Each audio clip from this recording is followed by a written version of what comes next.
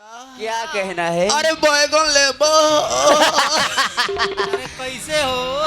Hello hello ठीक बा।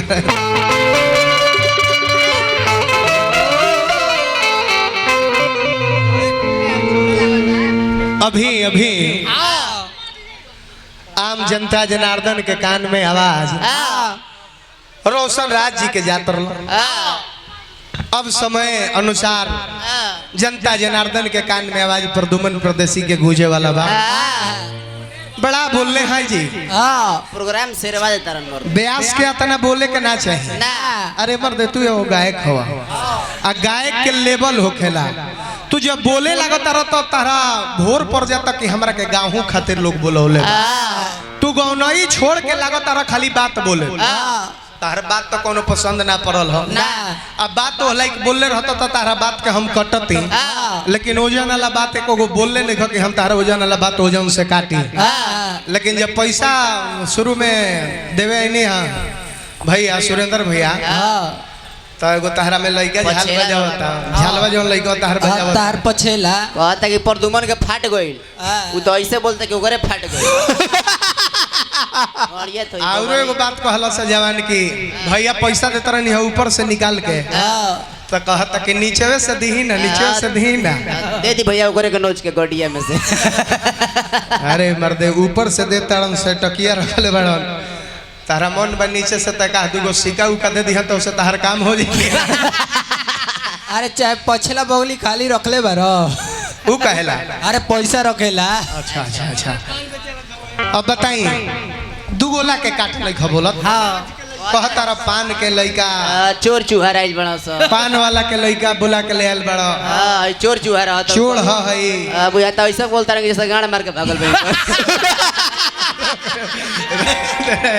तू मत बोल तू बोल बता उनका दिक्कत तू मत बोला बताइए लइका के काज और बोल कि जूता सिएला तू देखले बड़ो कि जूता सिएला कि चोर ह कि पान वाला के लइका ई तू का बोलता।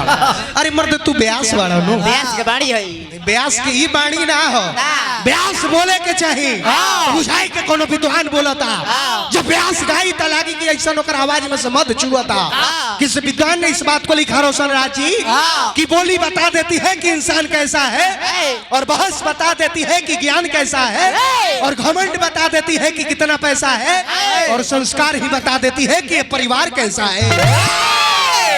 इसलिए भूख लगने पर भोजन करना ये प्रकृति है और बिना भूख के बार बार भोजन करना ये विकृति है और अपने न खाकर किसी भूखे को भोजन कराना यही हमारी भारत की संस्कृति है। ब्यास हवा कि तू लहेड़ा हवा हमरा कुछ समझ में नहीं आवा तू ब्यास में रह अरे सन्यास के जानता रहू चिन्हत नहीं खतू अभी केकरा सोझा दुगो लगाओ तारा होश में रह तारा की होश खराब कर दे तारा ये बात के मालूम है। आज के बाद झलो ये से मत लगी हो ना तो लूट लेम सा तारा झलवैया के कोनो पछुएड़ा दिन में तो तनी खार होके खाली दिखाओ खार बस खार उतार झालला ना रह दे उ झालला ना उ हॉस्पिटल के बदला लइका रह दे। तू अपना आप के गुंडा समझाता रहा चोर समझाता रहा बेमान समझाता रहा लुच्चा लफुआ कितना बार हवा कितना बार लफंगा हवा। अगर जो कोई सोचता दुनिया में कि सबसे बड़ा दुनिया का मालिक मैं हूँ ये उसका भूल है। चाहे वो प्रधानमंत्री हो खस्ता चाहे राष्ट्रपति हो खस्ता मालिक यह पूरा जग के एक एगो बाड़े जेकर नाम है परम पिता परमेश्वर। बशर्ते उस मालिक का हम सभी लोग नौकर हैं उन मालिक का जो मर्जी होगा वही होगा। गाना में हर एक शब्द में कुछ ना कुछ सच्चाई मिली अच्छाई मिली। तू का गावता हो सब काला वो साहेब के रिमोट में बाटे आ सारा दुनिया माया के पेटीकोट में बाटे।